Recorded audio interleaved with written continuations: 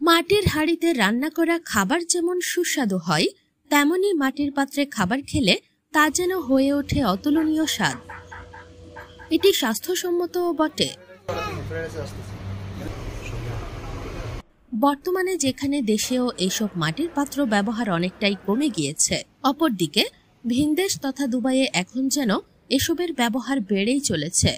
এমনকি দেশীয় কিছু রেস্টুরেন্টে মাটির পাত্রে খাবার পরিবেশনের জন্য প্রতিষ্ঠানগুলোতে বাংলাদেশিদের মতো ভিনদেশিরাও আকৃষ্ট হচ্ছে। Good food here, same African, Asian, Europe, American, all people come in here. ऐसा फील होता है जैसे कि कोई शाही खाना हो, कोई जो पुराने जमाने में जो बादशाह वगैरह लोग खाते थे वैसे ही फील होता है। সাধারণ প্রবাসী থেকে শুরু করে দেশের নামকরা ক্রিকেট তারকা সহ ছোট এবং বড় পর্দার তারকারাও এসব রেস্টুরেন্টে খাবারের স্বাদ গ্রহণ করতে আসে।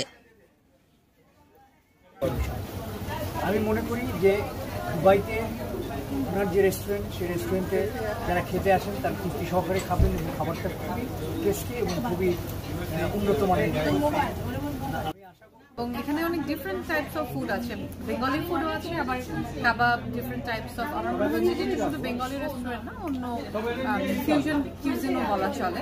সো ভালো লেগেছে, সবাই আসবেন এখানে। আল নাজম আল আমির জন্য আমার অনেক অনেক শুভেচ্ছা। যখন অন্তরের আন্তরিকতা দিয়ে ভালোবাসার মাধ্যমে কোনো খাবার পরিবেশন করে তা অনুবদ্ধ হয়। এবং মেজবান বাড়িতে যারাই ছিলেন, যারা আছেন এখানে, সবাই তাদের ভালোবাসা এবং আন্তরিকতায় অসাধারণ সুস্বাদু খাবারগুলো আমাদের পরিবেশন করেছে। বাংলাদেশ তো সেলিব্রিটি এবং ক্রিকেটার বলো সেলিব্রিটি, আমার বড়গুলো এখানে চলে আসে, বাংলাদেশ থেকে বেরোতে আসলে বিজেপি আসলে এখানে চলে আসে। এখন এটা মাটির বাজারে এদের প্রতি অনেক চাহিদা। এখন মেজবানের যে এখানে আয়োজন হয়, এটা আমরা বিশেষভাবে মাটির পাত্রেই পরিবেশন করি এবং তার পাশাপাশি অন্যান্য খাবারগুলো আমরা মাটির পাত্রে পরিবেশনের চেষ্টা করি। এটা আসলে আমরা ঐতিহ্যের দিকে ফিরে যেতে চাই। মানুষ চায় যে তার পুরনো ঐতিহ্যটাকে ধরে রাখতে। হাড়িতে খাইছে, তাদের কোনো রোগ বা কোনো জীবাণু কোনো সমস্যা হয় না। এখন আমরা যে কাঁচের জিনিস, প্লাস্টিক এগুলো ব্যবহার করে, এগুলো থেকে অনেক রোগ বা অনেক কিছু সমস্যা হয়, কিন্তু এটা আমাদের মানে ঐতিহ্য এবং আনকমন একটা জিনিস এবং আমাদের নবীর সুন্নত। এটাতে খাইলে বিদেশের বাড়িতে এরকম ঐতিহ্য ধরে রাখার একটা সুনামের বিষয় আমাদের কাছে একটা ভালো লাগে। যেরকম আমরা অনেক দূর থেকে খাইতে আসছি, অনেক দূর থেকে আমরা সবাই ফ্যামিলি নিয়ে খাইতে আসছি, সবসময় আমরা আসি এখানে, কিন্তু আমাদের কাছে এটা ভালো লাগে। দেশীয় ঐতিহ্যবাহী মেজবানি মাছ, ডাল থেকে প্রায় সবকিছুই মাটির পাত্রে পরিবেশন করাটা দেখতেও লাগে বেশ দারুণ। এমনকি কেউ মাটির পাত্রে চা খেতে আগ্রহ প্রকাশ করলে তাও একইভাবে পরিবেশন করা হয়।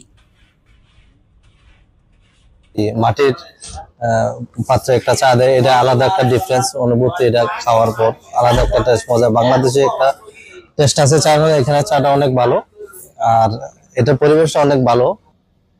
রেস্টুরেন্টের যে মেজবানের যে স্বাদটা আছে সেটাও অনেক ভালো, সাথে ওদের যে মিউজিক সেট কিংবা যে ওদের বাকি আইটেমগুলা, যেমন বিফ, আপনার চিকেন, ওই আইটেমগুলো অনেক ভালো হয়। বিশেষজ্ঞদের মতে অন্যান্য পাত্রে খাবার গ্রহণের চাইতে মাটির পাত্র নিরাপদ ও স্বাস্থ্যসম্মত। আর শুধুমাত্র মাটির পাত্রের এমন ব্যবহারে বাংলাদেশি মালিকানাধীন রেস্টুরেন্টগুলোতে বাড়ছে প্রতিনিয়ত দেশি বিদেশি কাস্টমারদের আনাগোনাও। ডেস্ক নিউজ, আমিরাত সংবাদ।